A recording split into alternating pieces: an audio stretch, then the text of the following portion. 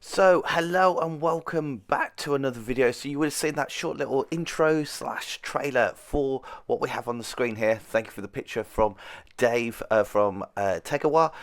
This is the Zestek wheel which you would have seen on Tegiwa. We went and fitted.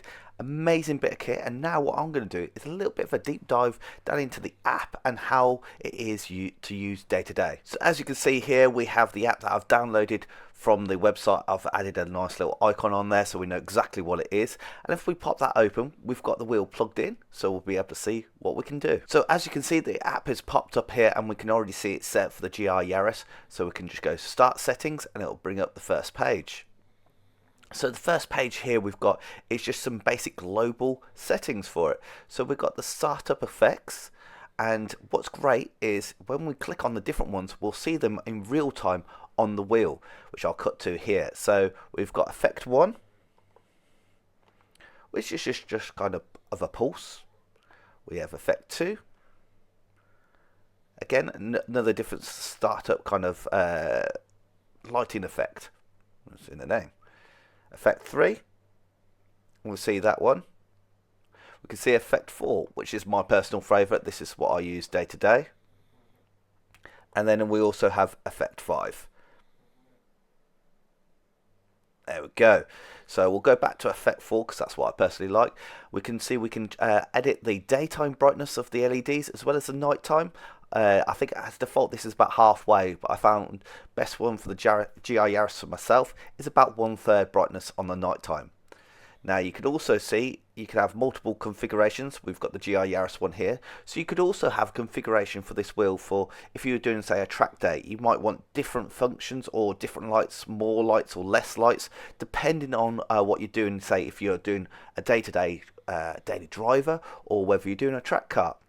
So click save, and that'll make sure that's saved to the profile of the wheel. Working our way around like a clock, so we'll start with this button just top here. So as you can see, we can select that and then we can choose what we want on there. We can choose, well, in my circumstances I've got it as a volume up and down. I find it's quite handy just to nudge it up and down between the volumes. We can also turn off and turn on the LEDs. Now that again is really handy, and it shows a live preview on the wheel exactly what's happening as you do it. I've chosen the red here, and then what we need to make sure is we click save. Sometimes I found if you don't click save, it doesn't save it onto there. So anytime you want to change something, just click save. That's my top tip. And that's what we've got on here. So volume up and down at the top here. Now over here, this top button here, I've got as the cancel feature.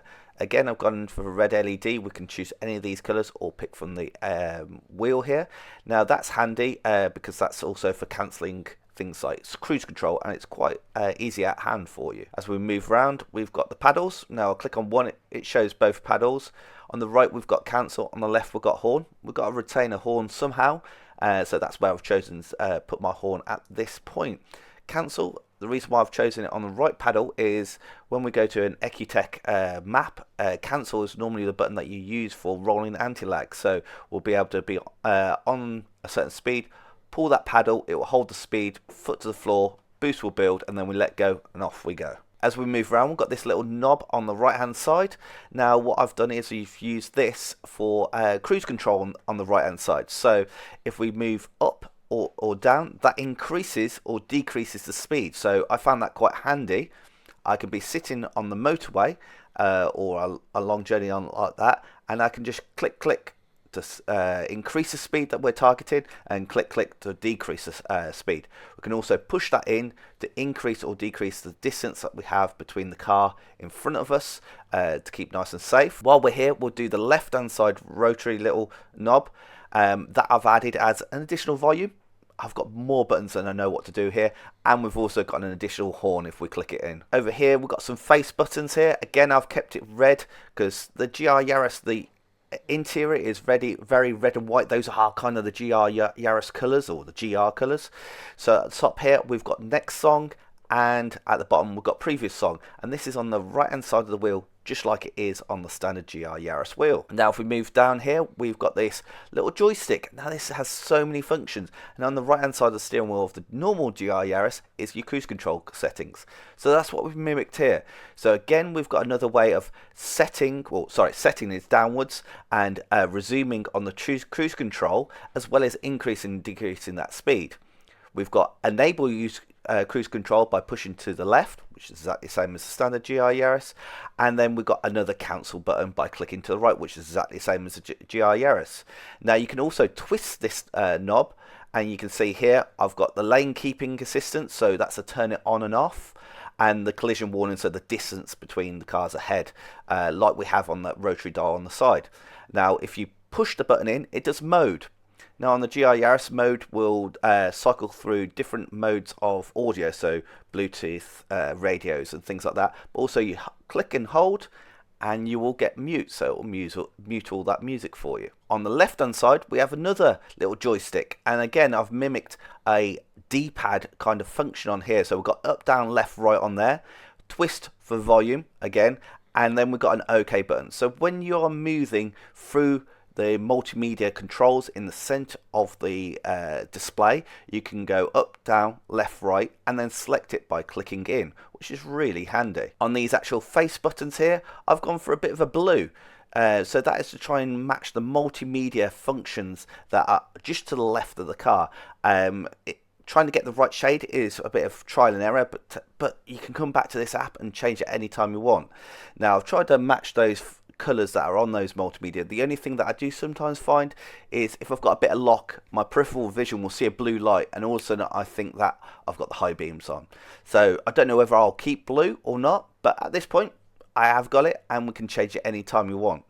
Now one thing that I will give feedback to Zestek is I've got some of these preset colours here, and I can select from the colour wheel here.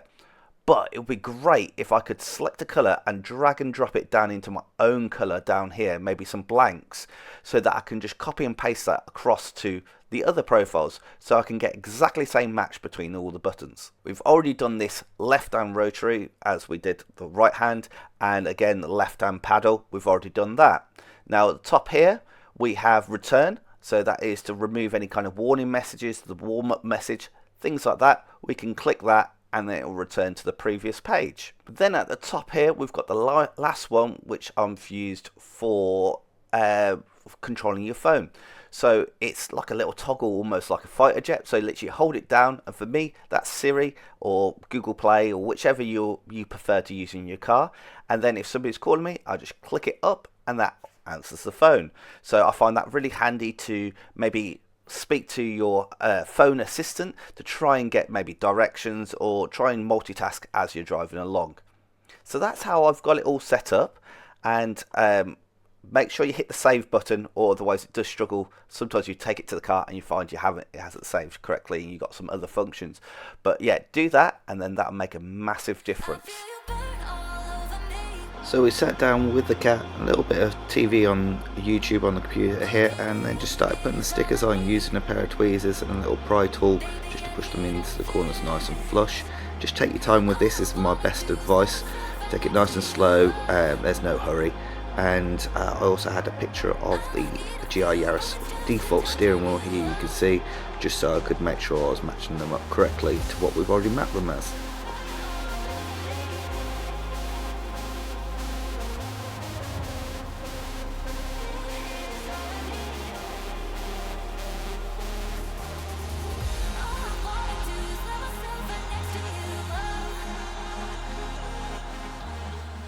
So as you can see, we do have plenty of stickers left. So there are 2 volumes.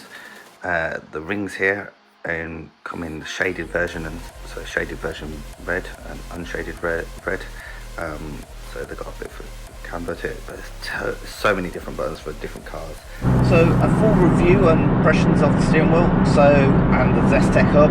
So seating position right now is absolutely amazing, spot on. It feels in the right position. The steering wheel is so well made. There's no flex in this. This is me flexing, trying to flex it left or right. There is no movement in there. The feel of the OMP wheel is absolutely fantastic. Alcantara finish. Sometimes how that ages, we'll never know. We'll find out as we go through. Things like the magnetic shifters, oh, the feel of these are absolutely fantastic. Really chuffed with those.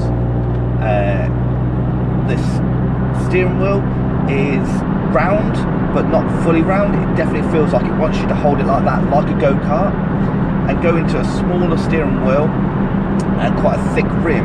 It has had the effect of making this car feel like a little go-kart. It's weighted up steering. Steering is a bit heavier than before, but feels really nicely direct. And when you're holding it like that, it feels like a go-kart. When you're doing manoeuvres, this is not a fully round steering wheel. These bits are kind of tapered in like a waist stitch where you kind of grab it, so that if you want to slide the wheel round, you might hit those bumps. So it's not a good drifting wheel, that's for sure. Yaris friend.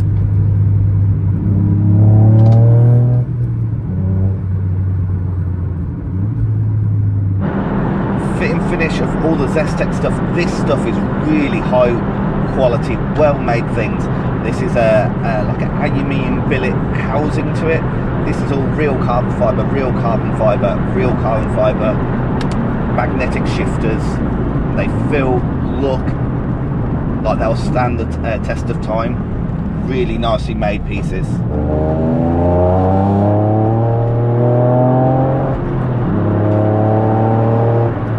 The spacer that we have here also moves the stalks back a bit from the steering wheel. So although that does mean I can't fingertip indicate anymore, you have to actually come forward and be purposeful in the indication and stalks on here, which does take some getting used to. I do think that is a plus though, because I'll clip to a bit when we did the handling experience, when sometimes you lose control or you're trying to reach around the steering wheel or things like that, you can accidentally hit things like the wipers. I know a lot of the times you see in a car crash, people's wipers all of a sudden will come on. That's because their hands are moving around and they catch those wipers and indicators and things like that. But that's something that can't happen with this hub. Your hands are further away from things like the indicators and wipers, so that's really handy to have. Overall, absolutely thrilled with this hub. Absolutely amazing. It's transformed the car. The car feels like a little go-kart. Feels so immediate, so connected to it. Plus this plethora of options and customization on here. It's a really good option for a club sport build. So I think if you're interested in one of these, go and check out the link in the description. Go and check the video from Tegiwa where we fitted this, done all the wiring, and it's such a clean install, such an absolute pucker build. If you've enjoyed my video on a little bit of a deep dive, then give it a thumbs up. That's muchly appreciated. If you didn't, give it a thumbs down. That's perfectly fine. Just put in the comments down below how I can do it better in the future, so at least I know. There's always some great feedback down there. And until the next time, goodbye and have a good one.